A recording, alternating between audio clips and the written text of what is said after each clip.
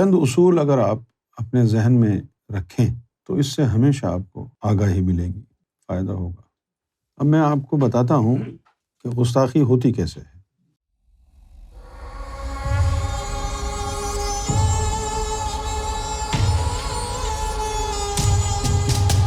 اب یہ گستاخی کی نوبت آتی کیسے ہے، یہ جاننا ضروری ہے۔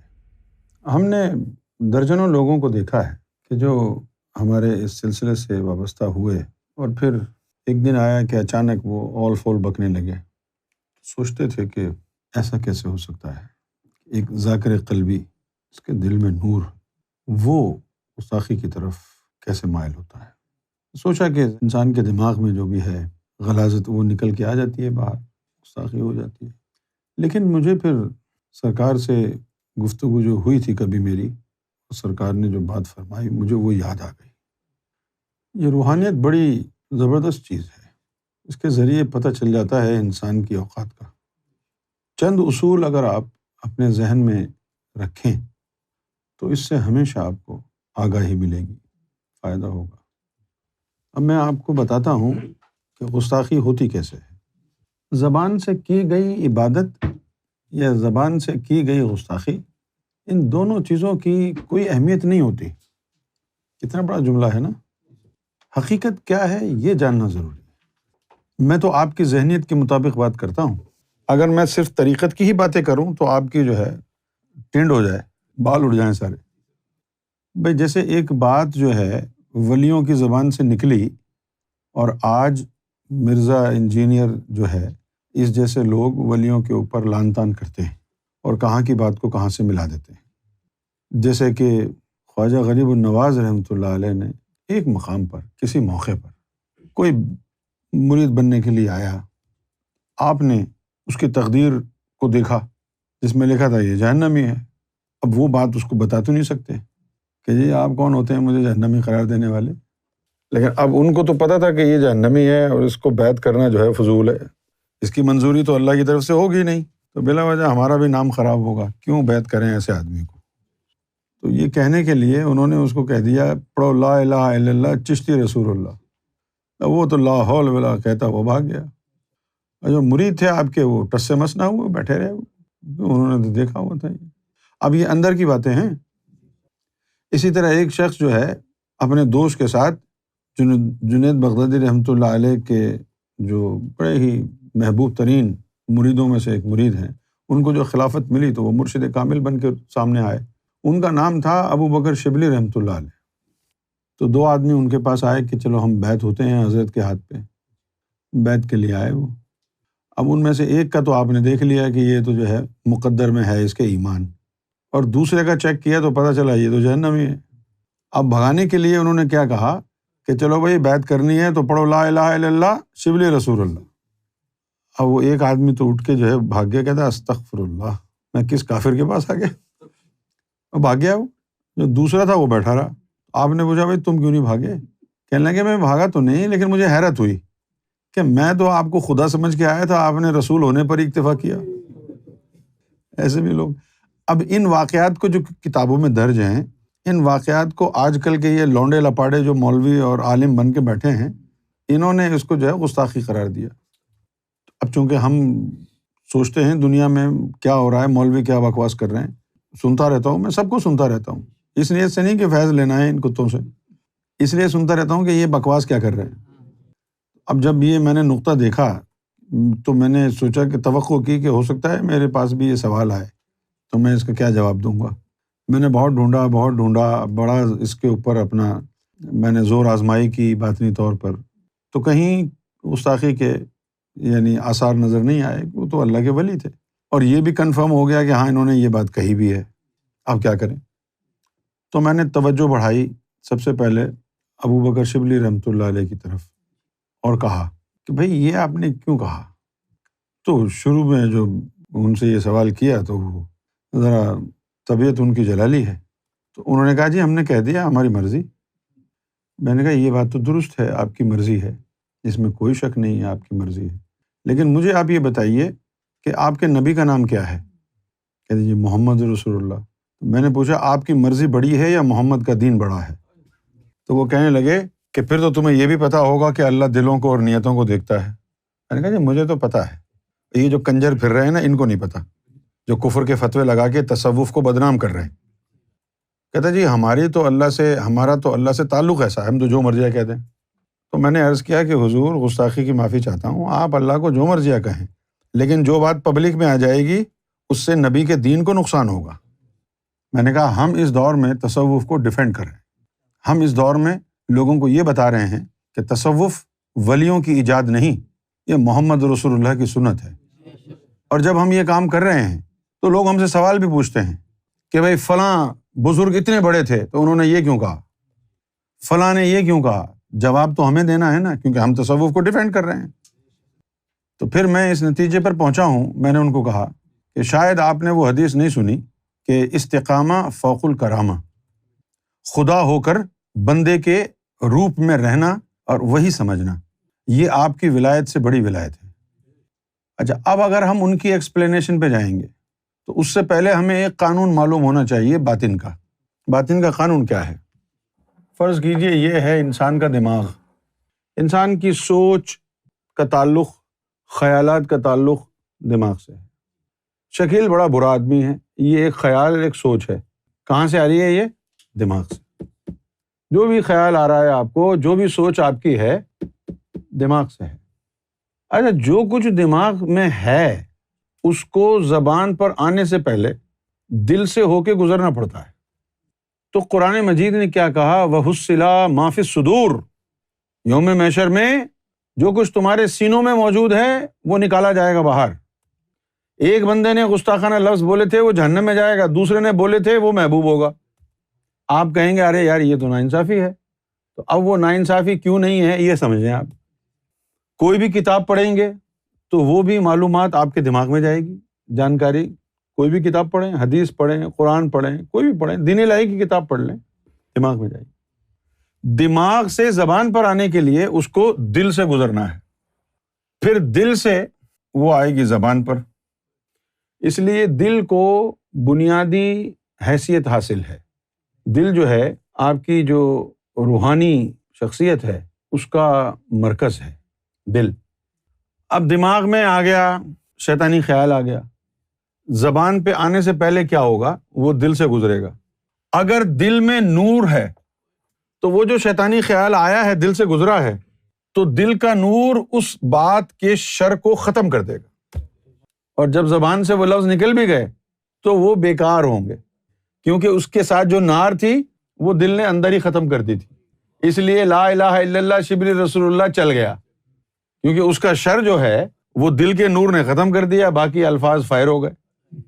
اچھا، پھر اگر یہاں سے قرآن تو نے حفظ کر لیا، یہاں سے قرآن آیا، اب تو پڑھے گا زبان سے تو دماغ سے قرآن دل میں جائے گا، دل کے بعد زبان پہ آئے گا۔ اب کیا ہوا؟ تیرے دل میں تھا فسق و فجور، شر تھا، قرآن دل میں گیا، اس کا شر ملا، زبان سے نکلا، فتنہ بن گیا۔ حدیث یا قرآن دماغ سے جب زبان پر آئے گی تو دل سے گزرے گی، دل میں فسق و فجور، نور نہیں ہے تو پھر فسق و فجور ہے، دل کا فسق و فجور اس کو فتنہ بنا دے گا۔ یہ جو مولوی 73 فرقے جو بنائے اسی لیے بنے۔ یہی وجہ ہے کہ قرآن حکیم نے یہ کہا وَلَا تُطِعْ مَنْ أَغْفَلْنَا قَلْبَهُ عَنْ ذِكْرِنَا، کہ ایسوں کی پیروی مت کرنا جن کے قلب کو ہم نے اپنے ذکر سے غافل کر رکھا ہے۔ کیوں؟ کہ جب ان کے دماغ سے علم دل سے گزرے گا، دل میں ذکر اللہ ہے نہیں، نار ہے، زبان پر پہنچ کر وہ فتنہ بن جائے گا۔ اب آؤ، مجذوب کی گالیوں سے فیض کیوں ہوتا ہے؟ مجذوب نے گالی دی، اوے کنجر کا بچہ۔ اب یہ کنجر کا بچہ گالی دل تک پہنچی، دل کے اوپر تجلیاں گر رہی تھی، اس سے اس کا شر ختم ہو گیا، نور مل گیا اس گالی میں، زبان سے نکلی تو یہ فیض ہو گیا۔ یہ نصاب در نصاب روحانیت کی تعلیم اور تصوف کی تعلیم عام کی جا رہی ہے تاکہ لوگوں کے شکوک و شبہات درست ہو جائیں، روحانیت پر، باطنی تعلیم پر کوئی انگلی نہ اٹھائے۔ مجذوب کی گالی اور مجذوب کے ڈنڈے وہ بھی آپ کو سمجھ میں آ جائیں تاکہ آپ کو پتا ہو کہ مجذوب نے گالی دی ہے تو ٹھیک ہے، شکیل دے گا تو مارو۔ کیونکہ ہوتا کیا ہے کہ ایک آدمی کی کرامت مشہور ہوئی، اس کی زبان سے آپ نے گالی سن لی، سارے مرید گالی دینے لگ گئے۔ ابے وہ تو مجذوب ہے، اس کے سینے میں تو نور ہے، بامرتبہ تصدیق ہے، نہ قالیہ زندیق ہو جائے گا۔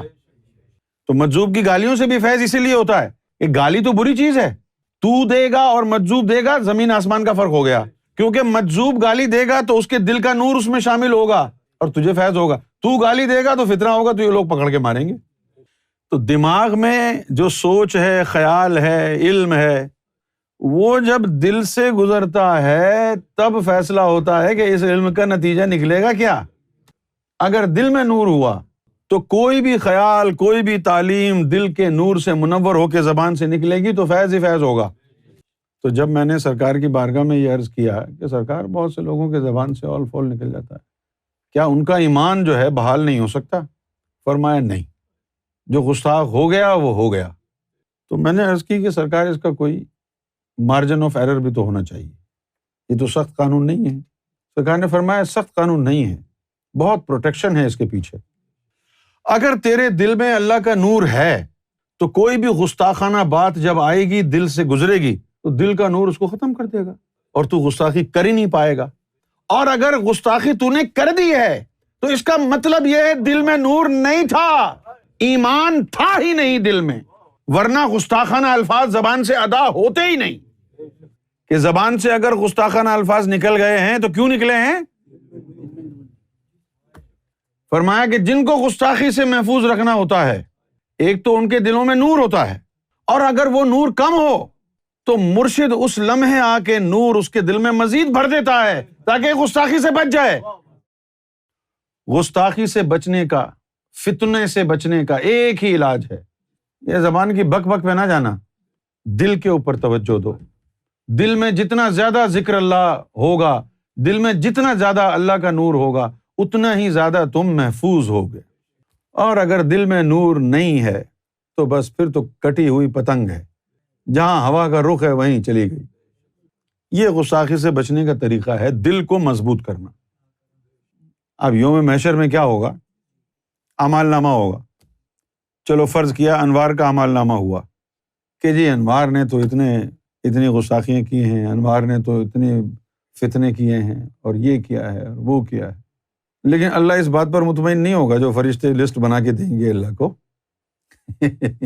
اللہ اس بات پر مطمئن نہیں ہوتا ہے۔ وہ جو اعمال نامہ ہے، یہ لوگ بتاتے ہیں نا آپ کو مولوی کہ جو جنتی ہوگا اس کا اعمال نامہ سیدھے ہاتھ پہ دیں گے، جہنمی ہوگا اس کو الٹے ہاتھ پہ دیں گے، آگے کیا ہوگا یہ نہیں بتاتے نا۔ اچھا اب آپ فرض کریں یوم محشر میں کھڑے ہوئے ہیں، اچھا اس موقع پر فرشتے جب آپ کو اعمال نامہ دیں گے تو اس وقت تک تو بہت سارے لوگ بڑے خوش ہوں گے، بڑے خوش ہوں گے۔ ہم نے دیکھا نا یوم محشر میں، خود جا کے دیکھا، واللہ ہم نے بڑے بڑے لوگوں کو دیکھا، بڑے بڑے ہستیوں کو دیکھا، ان کے دائیں ہاتھ میں اعمال نامہ ہے، وہ بھنگڑے ڈال رہے ہیں۔ ہم بھی وہاں موجود تھے، ہم نے کہا ٹھہر تو جاؤ، ابھی ایک اسکریننگ آگے بھی ہونی ہے۔ اب جیسے بہت سے لوگ ہیں ان کے اعمال اچھے ہیں، وہ نمازیں پڑھی، روزے رکھے، حج کیا، عمرے کو گئے، مدینہ پاک پہ جا کے خوب آنسو بہائے، بلکہ ٹسوے بہائے، سب کچھ کیا، بڑے ہاتھ سیدھے ہاتھ میں اعمال نامہ لے کے بڑے خوش ہیں۔ ہم نے کہا ٹھہر جاؤ۔ اللہ تعالیٰ اس فرسٹ اسکریننگ سے مطمئن نہیں ہوتا، تو آواز آتی ہے کہ وَحُصِّلَ مَا فِی الصُّدُورِ، کہ یہ اعمال نامہ تو ہے، ٹھیک ہے، لیکن ہم کو یہ دکھاؤ کہ ان کے سینوں میں کیا ہے۔ یہ تو ظاہری اعمال ہیں نا ان کے، کیونکہ حدیث میں آیا انما الاعمال بالنیات، عمل کا دار و مدار نیت پر ہے۔ اچھا اب عمل کے مطابق آپ کا اعمال نامہ آپ کے سیدھے ہاتھ میں پکڑا دیا، آپ ناچ رہے ہیں خوشی سے، اب آ گیا کہ بھائی اب نیت کی چیک پوسٹ آ گئی۔ اب وہاں کیا ہوگا؟ وہاں یہ ہوگا کہ جن کے پاس سیدھے ہاتھ والے کے اعمال نامے تھے ان میں سے 99% لوگ جہنمی ہوں گے۔ ان کے لیے مقام حیرت ہوگا، وہ ترازو اور میزان سب کچھ گزر گیا، اعمال نامہ ہاتھ میں آ گیا، وہ خوشی سے ناچ رہے ہیں جی اب تو جنت میں جائیں گے ہم۔ ٹھہر تو جاؤ، ابھی تو ایک مقام اور ہے جہاں اللہ تعالیٰ کی اسکروٹنی ہے۔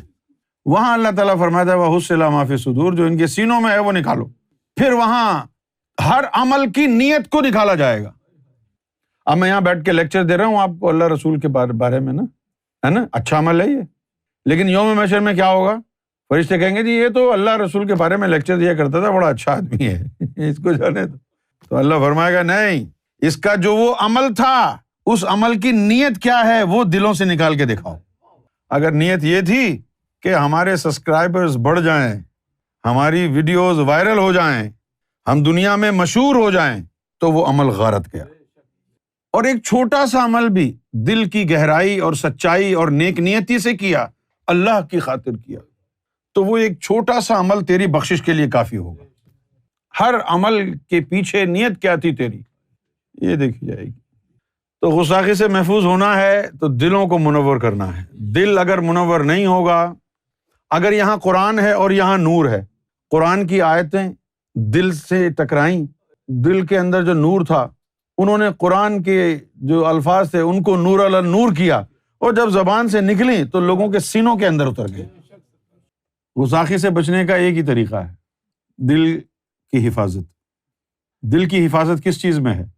دل کی حفاظت موت کو یاد کرنے میں نہیں ہے، دل کی حفاظت قبرستان جانے میں نہیں ہے، دل کی حفاظت عبادتوں میں نہیں ہے، دل کی حفاظت مرشد کے ہاتھ میں ہے۔ اس دل کی کوئی حفاظت نہیں کر سکتا بندہ، اس دل کی حفاظت صرف مرشد کرتا ہے۔ کس کی دل کی حفاظت کرتا ہے؟ مرشد، جس کا دل مرشد کے دل سے جڑا ہوا، صرف اس کی حفاظت۔ اور اگر مرشد سے دل نہیں جڑا ہے، ایسا ہو ہی نہیں سکتا کہ کسی کا دل منور ہو اور مرشد سے جڑا ہوا نہ ہو۔ انہی کا دل منور رہتا ہے جن کا دل مرشد سے جڑا ہوتا ہے۔ اب اتنے نئے نئے لوگ آ رہے ہیں، اگر ان تمام نئے لوگوں کا دل میرے دل سے جڑ گیا اور میرا دل سرکار سے جڑا ہوا ہے، تو معلوم یہ ہوا کہ آپ کا بھی سرکار سے جڑ گیا ہے نا۔ جڑنا مقصد ہے، بیچ میں کوئی بھی وسیلہ ہو۔ تو نبی پاک صلی اللہ علیہ وآلہ وسلم کی بارگاہ میں گستاخی کرنے والا مردود ہے، جہنمی ہے۔ سیدنا سرکار گوھر شاہی کی بارگاہ میں گستاخی کرنے والا مردود ہے، جہنمی ہے، بدبخت ہے۔ لیکن آپ ظاہری طور پر یہ دیکھیں گے کہ یہ تو بھئی سرکار کی اولاد میں سے ہے، یہ تو سرکار کا رشتہ داروں میں سے ہے۔ وہاں نہیں چلتی ہیں رشتہ داریاں کہ کون تھا یہ۔ اگر وہاں رشتہ داریاں چلتی ہیں تو کیا ابو جہل کا بھی جہنمی ہوتا؟ وہ چچا نہیں تھا کیا؟ ابو لہب چچا نہیں تھا؟ تھے نا؟ تو پھر وہاں رشتہ داری نہیں چلتی۔ وہاں یہ نہیں چلتا کہ بھئی یہ سید تھا، کرنل تھا، حاجی تھا یا بخاری تھا۔ وہاں تو یہ دیکھتے ہیں کہ کتنا نور اس کا جاری تھا۔ ایک بات ذہن میں رکھنا، جو رب کی بارگاہ میں مقبول ہوتا ہے اس میں ہر حال میں عجز اور انکساری ہوتی ہے۔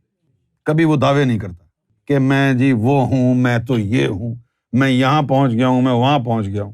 وہ کہیں نہیں پہنچتا، وہ یہیں رہتا ہے۔ اور جب آپ دیکھیں نا کہ بھئی یہ تو بڑے بڑے دعوے کر رہا ہے کہ میں ایسا ہو گیا ہوں، میں اتنا عظیم ہو گیا ہوں، سمجھ جاؤ پھر عظمت کہاں ہے۔ تو ہوتا یہ اس لیے ہے کہ انسان کے قلب میں نور نہ ہو، اور وہ ایسے لوگوں میں اٹھے بیٹھے جو نورانی ہوں، اور وہ سمجھ نہ پائے کہ یہ تو اس لیے کر رہے ہیں کہ ان کے اندر نور ہے، میرے اندر نور رہی ہے، مجھے نہیں کہنا چاہیے یہ اس کو سمجھ میں نہیں آتی بندے کو بات۔ بس یہ جاننے کی ضرورت رہتی ہے کہ انسان کے دل میں نور ہے یا نہیں ہے، اس کے اوپر چیک اینڈ بیلنس رکھنا ہوتا ہے۔ کیسے پتہ چلے گا کہ نور ہے یا ختم ہو گیا؟ اگر دل میں مرشد کی محبت کی لہریں ابھی بھی پھوٹتی ہیں تو نور ہے، اور اگر مرشد سے کوئی تعلق محسوس نہیں ہوتا تو پھر عمارت بوسیدہ ہو گئی، گلشن اجڑ گیا ہے۔ یہی ایک عام آدمی کے پاس جو ہے طریقہ ہے، ابھی بھی اندر سے سرکار سے تعلق محسوس ہوتا ہے، کھچاؤ۔